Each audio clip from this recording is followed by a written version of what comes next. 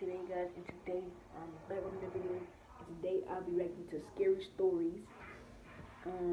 This is my first reacting video. I did my gaming, this is a facts video. But this is my first reacting video, and I'm gonna be reacting to One's Entertainment. I'm gonna be reacting to some of One's Entertainment stories. I'm probably do some more different creators. But all these stories gonna be animated. If y'all want part 2, like, comment, subscribe, and let's get into the video.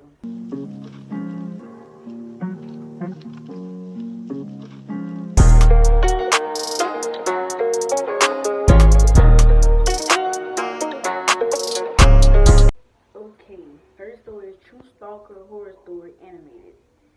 By One's Entertainment, we finna get in right now.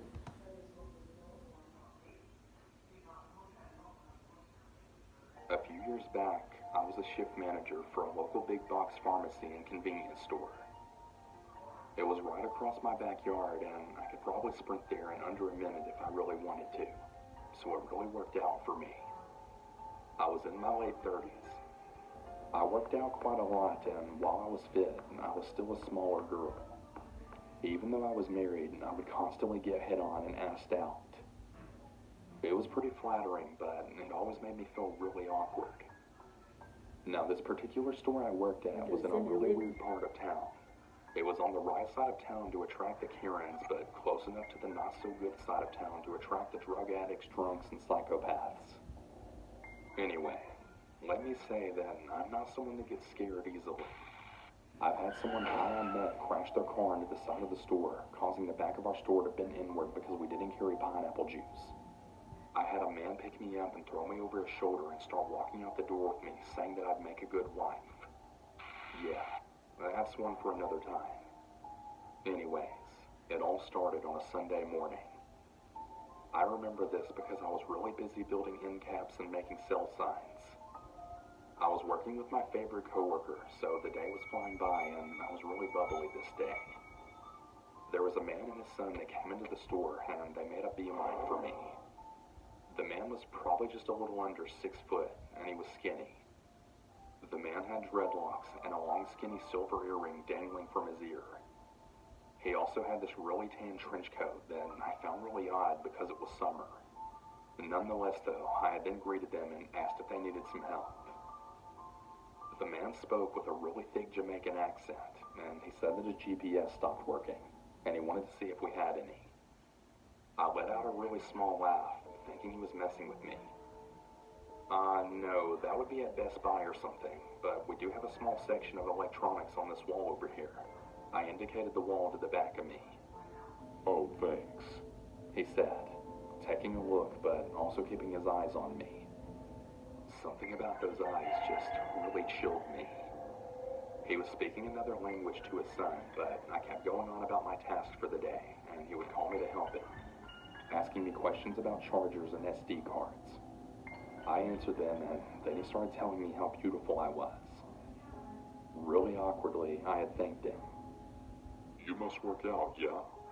He asked. Yeah, yoga mostly, I replied, while getting more and more uncomfortable now. He made some more comments about my body, telling me how he loved my tattoos, and he was just really being a creep. I tried to stay polite though, and eventually I just walked away to do some more work. I started to avoid him, but he was still staring at me. The man had his phone out, and I kept hearing the shuddering of a camera. I went to the office to tell my other coworker that I thought the guy was taking my picture, and I was just really feeling uncomfortable. He then came out and watched over me. Shortly after my coworker came out, the man and his son then left. By the time the end of my shift came, I forgot about him. A few weeks later, I was up front ringing customers with a different coworker. We were crazy busy that day, but I was the manager on duty. After we got the line down, my coworker then handed me an envelope. What's this? I asked her. I don't know. Some man in dreadlocks told me to give it to you, she said. I took the envelope and I went into my office with it. Inside the envelope were dozens and dozens of pictures of me. My heart sank. I had no idea that these were taken. Most of them were of me in the store while working. some of me walking home, and some even with me and my daughter. I felt sick. There was also a note with it. It said something along the lines of, "You're so beautiful. I'm in love with you. I'd be a much better husband than what you have now. Please give me a chance." There was more to it, but it's in police evidence now. The guy really stupidly left his name and address. I then called our store manager as well as the police. They took our camera footage, my statement, and the pictures and letter. They told him that he really needed to stay away from me, or the next time he's getting arrested and he's banned from the store. I was really relieved, but still really bothered by it. A few more weeks to about a month then went by. It was another really busy Sunday night. It was just myself as the manager on duty, and we had another coworker as my cashier. We were ringing things up together when I noticed a man staring at me. The man was tall with a medium build. He had dreadlocks and he had the same earring and long trench coat as the other man did. This man was really scary. His eyes were just cold and really dead and angry. It felt like they were staring right through my soul. He didn't have anything to purchase, just stood and stared. I tried to smile politely at him, then another wave of customers came. I got lost in helping everyone, but didn't see the man anymore. Even when things calmed down, I still didn't see him. I decided to go start facing the back of the store, and I told my coworker to call me if she needed me. As I was back there, I heard that Jamaican accent and all over. I looked up at the mirror to see that same scary man on the phone. "Yeah, she's here. No, it's just one other girl here with her. I can grab her when she leaves. No problem." I was absolutely horrified. He didn't see me, so I slowly made my way up to the front. I briefly tell my coworker what's going on and then call the police and store manager. The cops took him away. A few days later, a detective came to speak to me. The two men were brothers. They were abducting women and actually using them for human trafficking. He told me I was really lucky. I later found out that they had apparently found a woman beaten to death in their apartment. They've both since gone to prison. This still gives me really bad nightmares. What happened to that woman could have easily been me, but thank God it wasn't. Dang. That's messed up right there. That was a good story. Well, I guess we get this second animation. Let's go. Okay, guys, and the second animation is called The Call True Horror Story Animated from Monster Entertainment.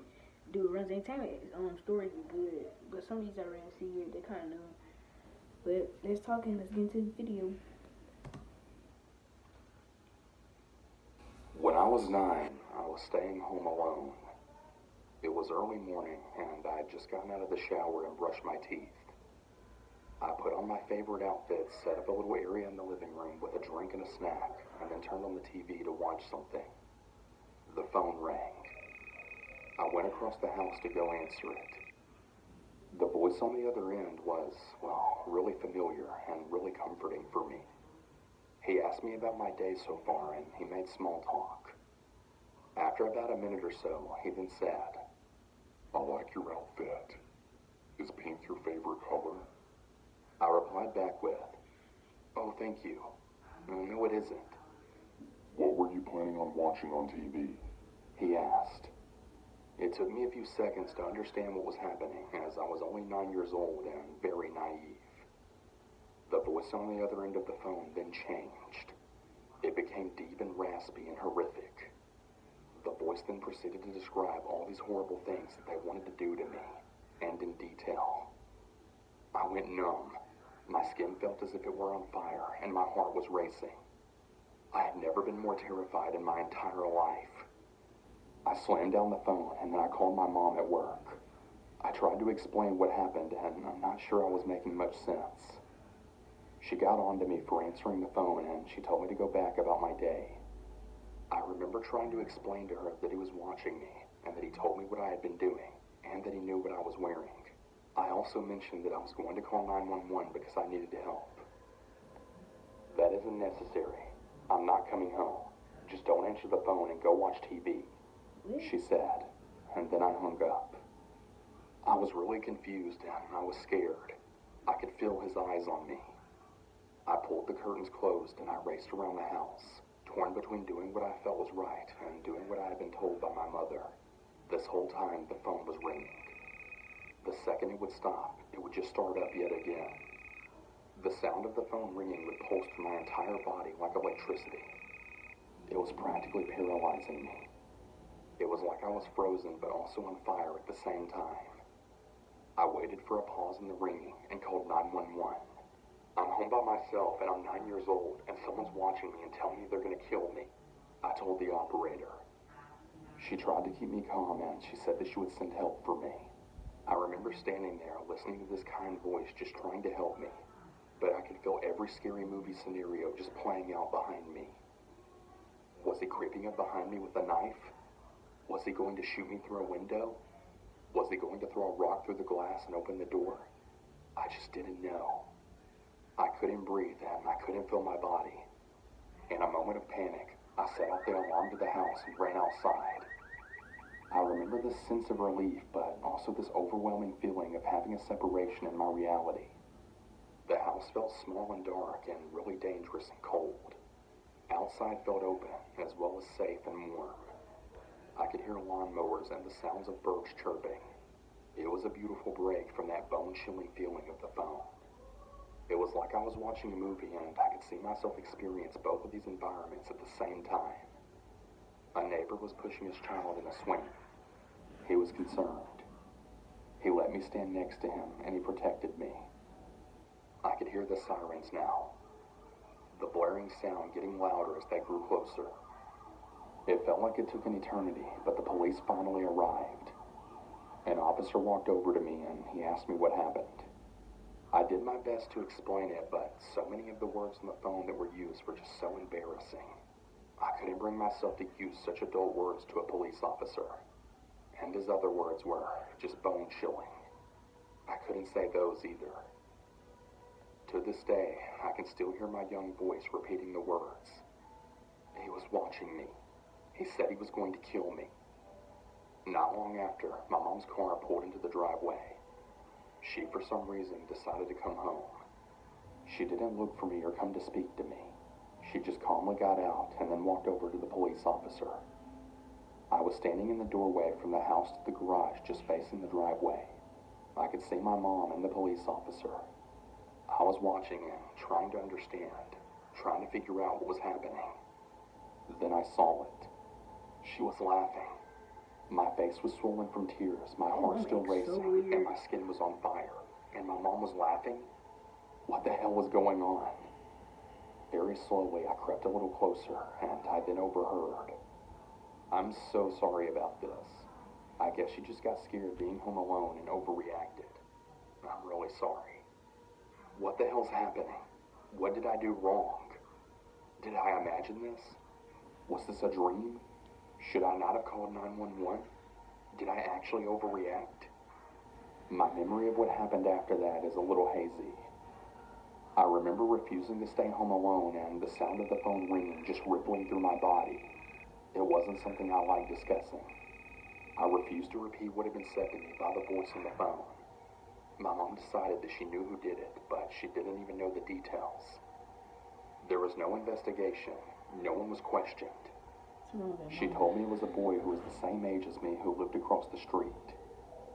I knew that was impossible, but no matter how much I protested it, I was always told that it was him. Many years later, after I was an adult with my own children, we were at Christmas. Everyone was in the living room and I had gone into the back bedroom to change a diaper. As I was walking out of the room and back into the living room, I could hear my mom laughing. Her voice as if she had been telling a joke. The faces of everyone else in the room told a different story. Discomfort, anguish, shock, fear, yet she was still laughing. It felt as if I was walking in slow motion. One of my older children had actually stopped me from entering the living room, and sort of pushed me back into the room that I had just come out of. She just told the story of you being home alone and the man threatening to kill you. She told it like it was a joke or something, like some funny story from your childhood. My child told me. To this day, I never learned who it was that called me. I deal with my fear of ringing phones and phone conversations on a daily basis. It's awful. Bro, it gotta be the mama. It gotta be the mama, bro. Hold on, cause it had to be the mama. Cause why would she not let her call the police if something happened like that? Something like that happened. So it's the mama. The mama acting so strange. Like, I don't know. But let's get into the third story, last story. Let's go. Okay, this animation is called My Teacher Got Fired and Now She is Trying to Kill Us. Okay, now let's start the video. My name is Karen, and this happened when I was 14 years old. I had the best teacher ever who was also really kind. She let us do whatever we wanted and didn't care about us at all. I know that it wasn't appropriate for her students. However, because we were young kids, everyone liked her except for one person. He was what we called a nerd. He was smart, but he was a big snitch and really annoying. He always said we all needed to study and not goof around, but everyone ignored him. We heard that our teacher had been fired. There were rumors going around about her. One was that she was fired because the nerd had snitched on her and told his parents. They all complained to the principal. Soon the nerd was bullied a lot because of it, and he finally ended up leaving the school and moving to another one. When he packed his stuff and left the classroom on his last day, I saw him crying and staring at us with a bruised eye. It gave me goosebumps. About 2 years later, on a rainy day, we had to stay inside the classroom. We were just talking, playing, and doing other stuff as usual. When the class was about to start, our teacher told us all to use the bathroom beforehand. So while some of us were walking to the bathroom, we saw that the teacher who had been fired walked into the school. She was calm. As we walked past her, she suddenly looked at us, stopped us, and said, "Wait, I know you. You guys were in my class, right?"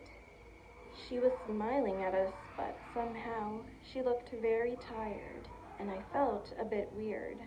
We replied, "Yes, ma'am." At that very moment, we saw a gang of boys following her, and I could see that they were holding knives with some blood on it. We then started screaming, but all the classrooms were far away from the bathroom, so nobody could hear our desperate screams. Then we turned around and told the teacher and the gang to please go away and spare us. Our teacher glared at us for a while and slowly started smiling. "Don't worry, you are next." As soon as she told us this, someone abruptly pulled out a knife and they all started grabbing us. The next thing I knew, we were dragged onto some kind of big van. My friends and I were crying and terrified. I knew something bad was going to happen. However, at that moment, when they pulled us into a van, we suddenly heard a loud siren. Fortunately, one of the teachers saw when they entered the school and stabbed some of the students. He immediately called the police. After they were arrested, all the students had to go home early and the school closed for a week. It turned out that the gang was hired by former surgeons who were fired for removing people's organs and killing them. Furthermore, our psychopath teacher had been working with them, and she was a murderer who would have murdered parents and raped their kids. A few months after, the whole gang was sentenced to 10 years in prison. She finally received a death sentence. However, that was not all. To our surprise, the police also found out that the nerd had been helping the teacher with murder for a long time. I don't know why he did that, but anyway, he will be charged with helping her with murder when he turns 18. Oh, that was a good story. That was a good story. That was a good story. Okay, that was the last one. Come on, y'all. The last video, and y'all like, subscribe for part 2. I'll get to 40 subscribers by Wednesday. I'll do part 2. We can make a whole series y'all want to, just like we're gonna do Among Us. If we get a 40 subscribers by end of this month. I mean, not by end of this month, by Wednesday. That's how we're gonna do it. But y'all, that was the video. Peace out.